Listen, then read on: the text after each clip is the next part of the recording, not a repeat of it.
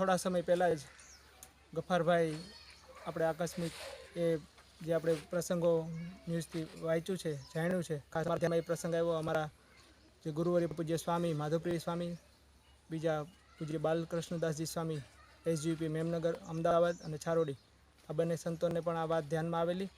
એટલે સહી જે બધી ડિસ્કસ થઈ. અહીંયા આપણે ખૂબ ગામડા માટે એસજીપી દોણેશ્વરમાં સંકુલ બનાવેલું છે, ત્યાં પણ હજારો દીકરા દીકરીઓ ત્યાં ભણે.